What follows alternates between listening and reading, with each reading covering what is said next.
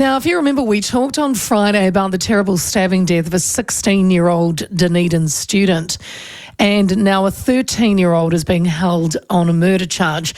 It's not just at bus or train hubs or even city streets where we are seeing violence. High schools are witnessing a surge in students fighting with a type of violence that lasts longer and is more aggressive. And in some cases, weapons are being used.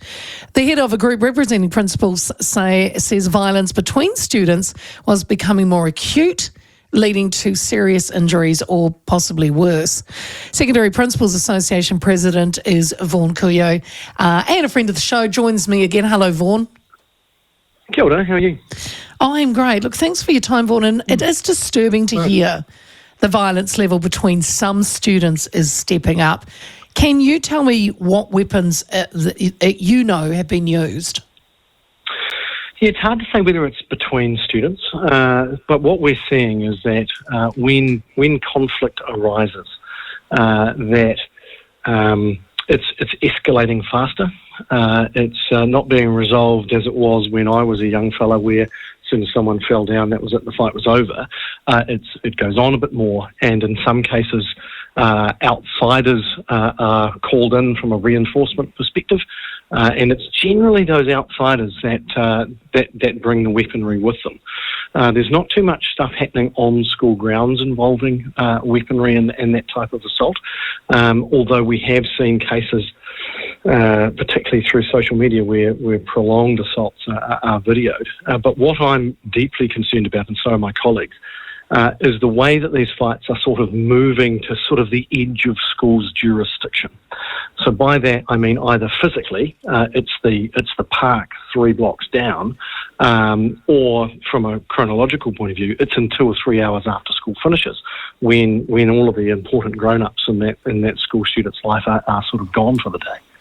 So what is the school's jurisdiction if it's mainly, say, your pupils, but they've decided to have a rumble down in Centre Park an hour after school's out? What does this mean for the school?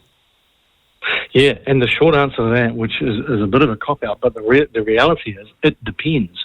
And so if Leah and Vaughan are going to have a fight after school, and we catch up with each other at 3:35 and it's literally the park over the road, the school's got jurisdiction. If Vaughan's got into the car with his mum and driven up to the dairy, got a Coke, come back, and I've met you for the fight at 3:45, actually I don't have jurisdiction over Vaughan anymore because he's gone into the care of his mother. And so it is all very grace-based most of the time. Absolutely, seriously. So particularly if you've got home, you've changed your outfit, all that sort of stuff. So it is very much a case-by-case basis and very, very complicated. So it's not as easy as, I don't like what you've done, I'm going to take action. It's more complicated than that in terms of jurisdiction. So, okay, though, if you've got because they video it because they love to be famous on TikTok. So if you can see in the said park, there's Vaughan and Leah. Let's take us out of it. I reckon you'd win that just quietly. Vaughan, I'm sorry, I think I would. But if there's a group of kids that are quite clearly from, say, your school, even though it's not on school grounds, it could be at 4 o'clock. Is there nothing that you can do to these kids? No, there's jurisdiction. There's jurisdiction there if they're clearly identifiable and haven't yet gone into the care of their family. Wow. So if they haven't made it home, they're still out. As soon as you've made it home, jurisdiction becomes very scratchy. And if you did a suspension or an expulsion or exclusion at the top end, it could be challenged. And has been. There's precedent for that. So you said even like getting in the car with mum and just going to go and get a Coke, and then she drops you back at, I don't know why she'd drop you at the park. If she doesn't stay at the park and she leaves, is it still the jurisdictions with mum? She's still been handed over to the care of the family. So we lose loco parentis, and it hands over to actual parentis. It's a grey space. Okay, let's just say then in school, you did say that the school fights, if they are at school, they're a bit longer than usual. Are teachers equipped for this level of violence? Some are, some aren't. So the thing that I talk to my staff about is firstly, don't put yourself into a situation where you believe you are not safe.